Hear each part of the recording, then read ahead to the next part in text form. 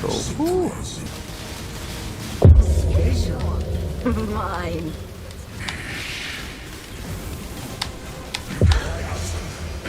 See if we can get it. Let's get that level 6 awaken or 23% quality. Just don't go down one level, please. Oh, yes! We go to 6 socket or Ospreys, alright? We got 2 hundo of these. I think we can hit it. Hopefully we... Oh, shoot! That was so fast! We got 200 of these. Oh! Oh! Oh! Oh!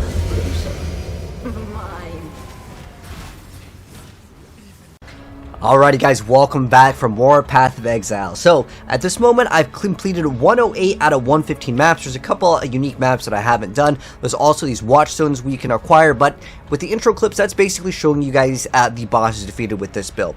Now, in terms of the bosses, they have not changed, and I have a more in-depth guide that I've actually made in the previous leagues for how these mechanics work on each boss. The whole goal with this is really to set you up with Lightning Arrow, and it's better for me to actually explain how the build actually works and how to kind of farm the map that you desire to actually play, because in the endgame of Path of Exile, it's kind of up to you on what you want to do. You can get a bunch of these things called favored map slots. You're going to be getting these things called watchstones, and when you socket them, they increase the difficulty, but you may not want to put all of them in because you might have a strategy and a reason why you don't want to do so. Now, without getting too far into like other weird reasons and what you can do with the map, I'm just going to go ahead and actually kind of explain the upgrades with Lightning Arrow before we transition into either Tornado Shot, or if you want to go Venom Gyre, you can do that as well.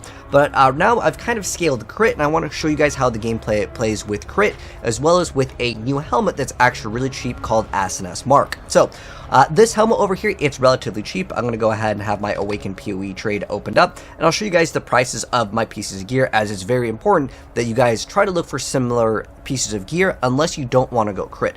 How it works in this game is later down the line, crit usually becomes the best build in the game, but it's kind of up to you if you want to do it. You can totally play this without crit if you want to, but these are all just my recommendations. So in terms of what I would say you really want to try to shoot for if you want to complete some of these endgame bosses, is S&S Mark makes your gameplay feel so much smoother. What it allows you to do is put in spells inside of this helmet, and it's going to just activate these spells without you having to manually cast them. Before, I had my Hydrosphere, which is something that I would normally manually have to activate so things could bounce off of it.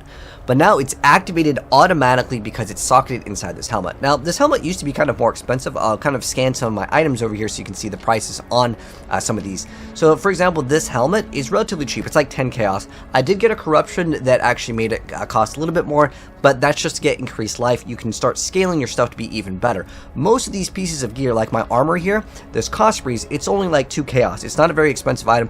In fact, most of these items are not very expensive. They're subpar of like 20-30 chaos a piece. And then this bow I got corrupted that was relatively cheap as well. I do want to transition into something a little bit better, but I still have to yet 6-link it. So what you can do is you have a few different options here, and I'm going to go ahead and show you guys some gameplay first so you guys can make the decision if you want to swap over or not to running barrage instead of greater multiple projectiles for bosses. How I like to play is I like to have 2 bows, and I like to swap between them, one for bosses and one for just playing. Alternatively, you can have 2 6-link setups, one in your bow and one in your armor piece. But I just want to go and show you guys the gameplay as well as go over the Atlas tree over here. So this is what I decided to spec into. I decided to spec into Ritual as it was a great way for me to get a lot of currency. But this is what it looks like. Feel free to copy it if you would like to. I heavily recommend in the very beginning to get shrines and strong boxes, and that is because they're relatively easy. Last time we did also talk about the Pantheon, and if you want to get more of these completed, feel free to go ahead and do so. I got the other one where you get to have reduced effect of chill on you, so that helps out a little bit, as well as getting our boots to have the reduced effect of chill and shock on you. I also have in the Pantheon this one over here, if I move my face out of the way, where we have reduced effect of shocked. I can get the other capture if I really want to, but it's really not that big of a deal. At this second for me to go ahead and grab, but it would help out with some of the altars because like some monsters can apply blind on you, the boss has blind, so it's definitely something that's free. Like you might as well go ahead and get it, but I showed you guys how to do that, which is the most important part of the thing. Don't feel like you go from one part of the video to the next one, because remember, I've completed a lot of these maps. I'm almost completely done with my progression. Like I'm 108 out of 115 maps. The next part will probably be almost finished with all of them, if not all of them, and then we can get the fear done if we want to start getting more watchstones and stuff like that. Well, that one I believe you get it from Maven, but basically our whole goal is to get these invitations to actually fight these bosses. Now, I have a guide that goes over each one of these, and if I go over all of them in this one video, it'd probably take a lot longer. And each one of these, like endgame bosses, like we have like the Hydra, we have also the Chimera, there's all these other bosses that each one of them has like kind of a dedicated video towards it, and these have not changed, so I feel like you can watch my older videos, and I'll link them down below. You guys can continue on. I believe it was actually like 1 or 2 leagues ago. These bosses have not changed, so the mechanic is going to be relatively the same. It's playing a different build, it's playing a minion build, but the whole concept is to me to explain, okay, when the boss does this, you'll move over here. When the boss does this, this is what you do. So that's why I'm going to say, if you guys want to fight all of the bosses, feel free to go ahead and do so. If it's your first time playing PoE, I recommend you guys to do that. But basically what we're going to do is keep on rolling maps until we get some of these invitations. There's some small invitations and there's bigger invitations. After you complete them for the first time that you get these invitations, you're just going to keep on playing. You might select one of these to keep on getting the invitations, so you can actually play them. They will actually look like this. You'll get them when you first get them, though. They will be in green. If I go over here, this is like the one that I'm currently doing, but I'm doing this side over here. But again, the first time you do these, they'll be green. You're going to do them, and then they will drop as white. When they drop as white, you can sell them to other players. This one, the Rithing invitations aren't really worth too much, like 1 to 3 chaos. These ones are worth a little bit more. They're worth like 100 plus in chaos orbs. So if you want to, you can keep on farming these. As long as you're doing tier 14 maps, every 28th map, you will get one of these invitations. You can do either one, Searing or Eater of Worlds, whatever one that you decide. If you want to do Maven, you select Maven. It makes the bosses harder, but you're going to be fighting another boss. You can also get what's called a carry if you want to do so. But the whole point of this video is just kind of explaining that there's so many things that you can do in endgame. If you want to just keep farming maps, that's a form of endgame. If you want to do bosses, that's a form of endgame as well. But I'm going to go ahead and show you guys Barrage. So the difference is right now what I'm running is Awaken added lightning damage support. I actually just ended up crafting this myself with the Vault Orb. Then there's Inspiration here. I'm running increased critical strikes, lightning arrow again, and then increased damage, critical damage support, and Barrage.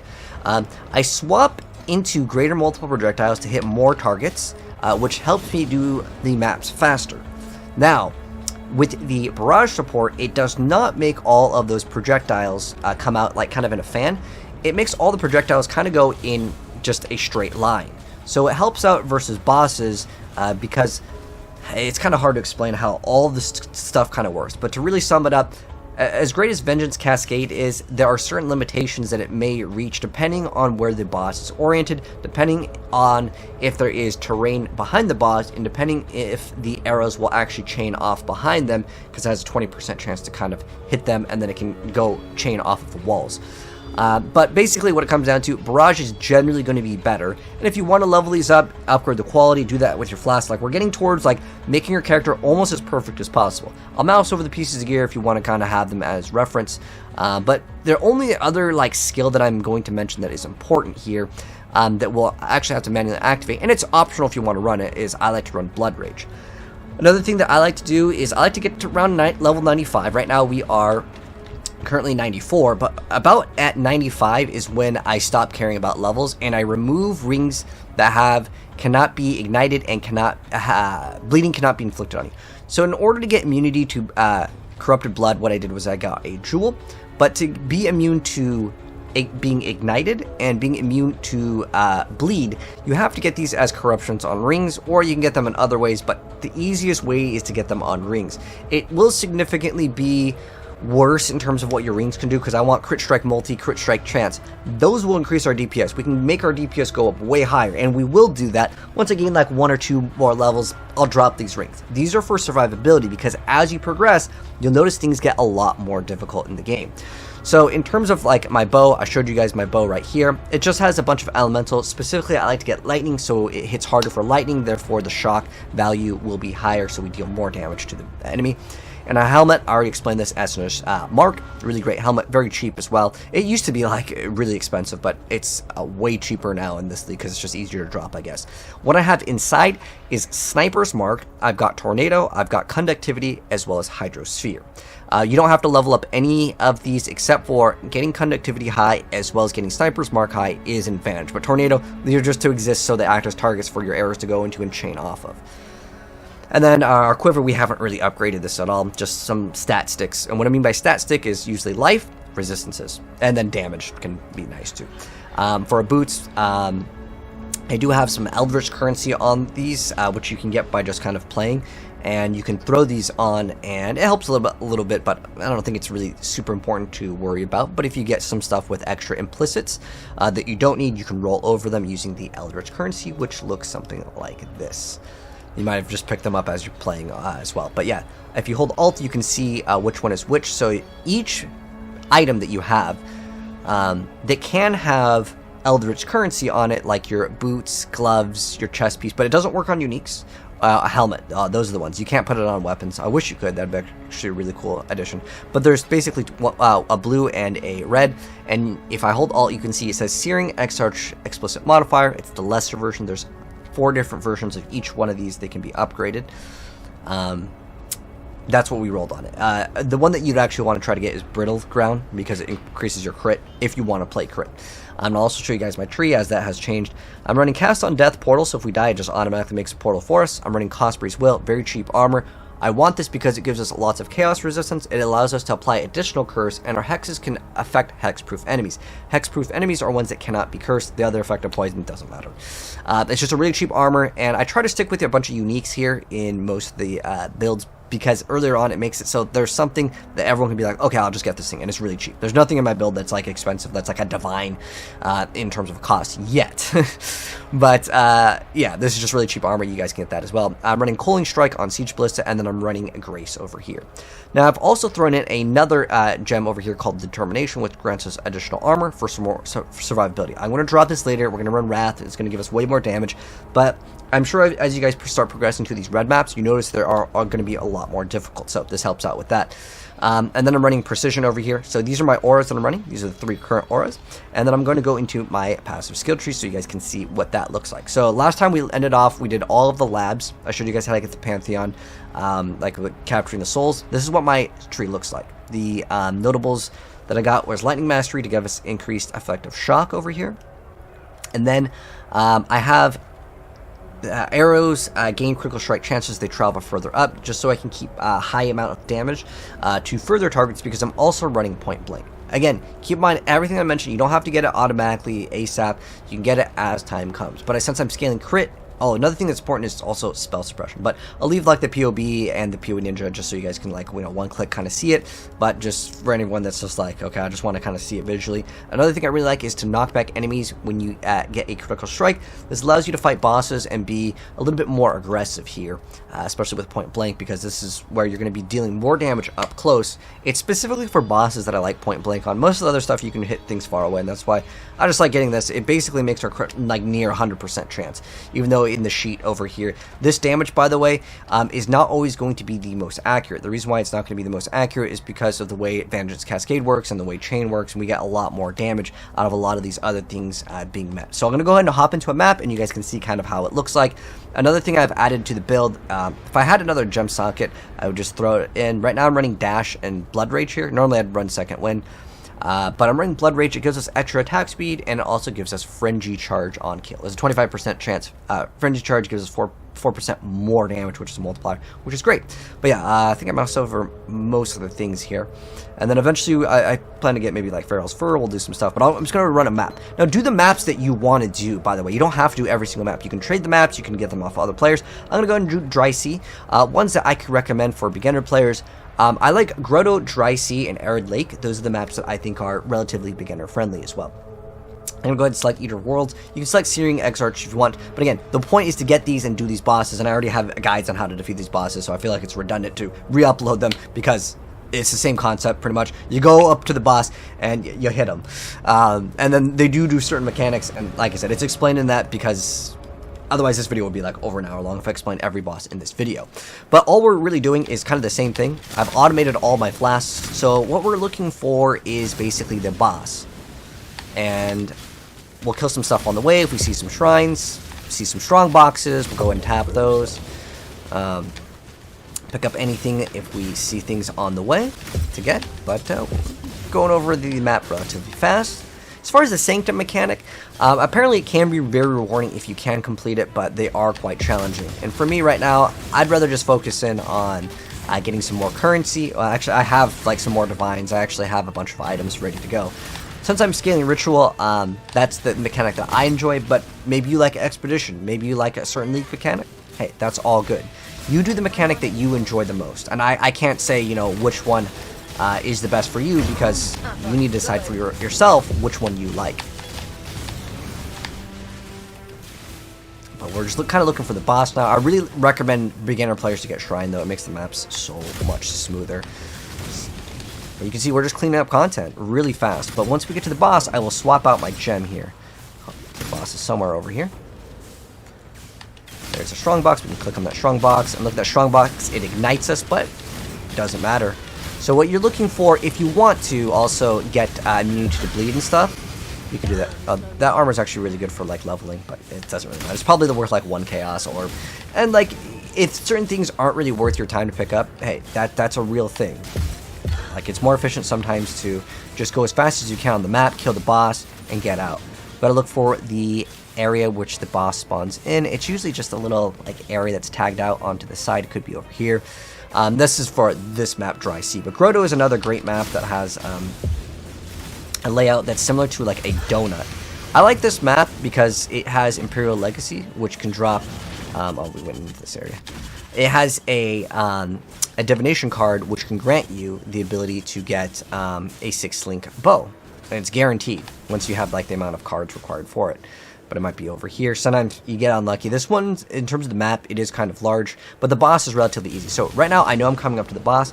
I'm going to go ahead and swap out my greater multiple projectiles for barrage. So now we're shooting in a straight line.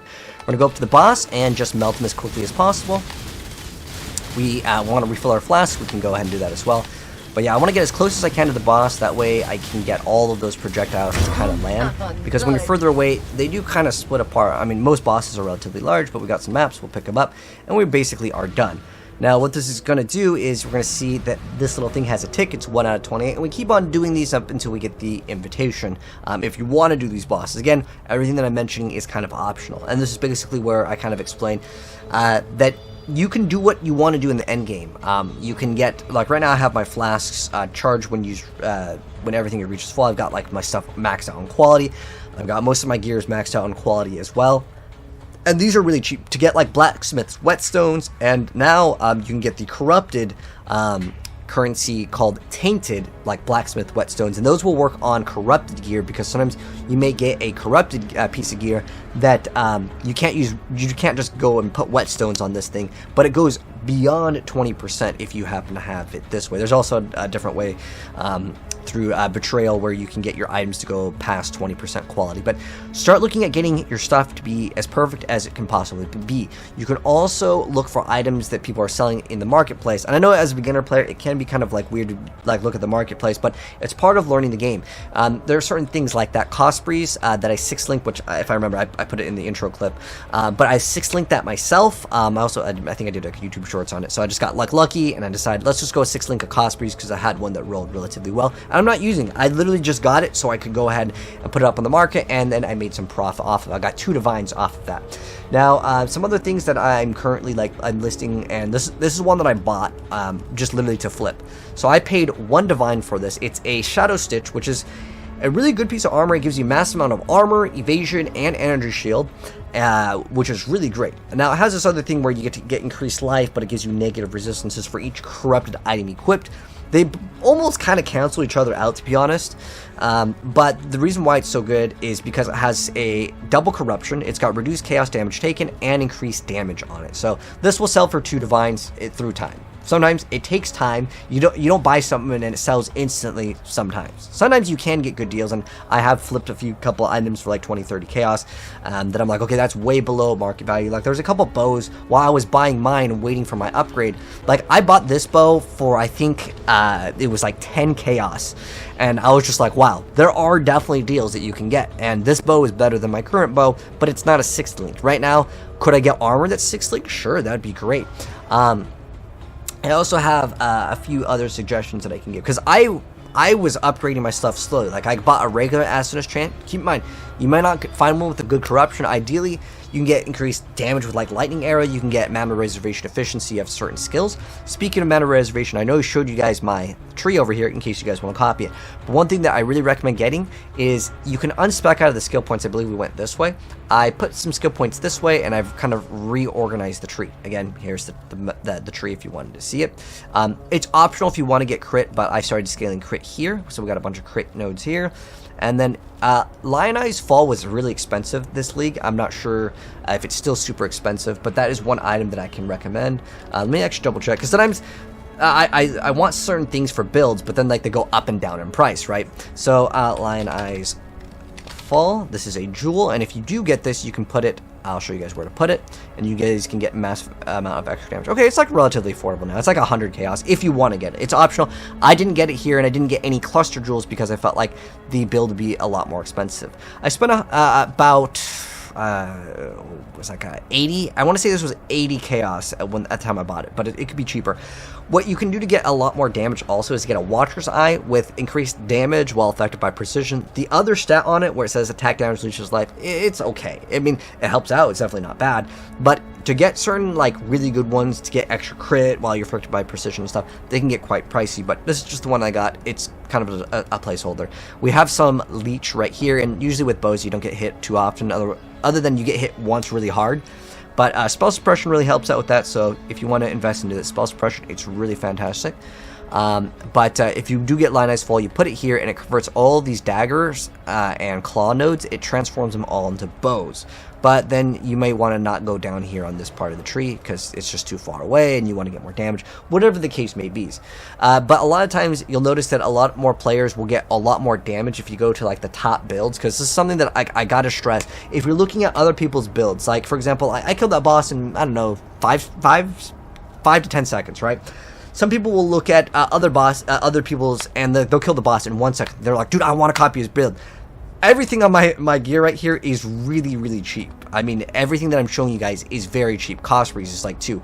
Any corrupted high elemental damage bow that's a 6th link, you can get for 20-30 chaos at this point in the league. Most of my stuff is relatively cheap. There's not anything that's super expensive on my build here.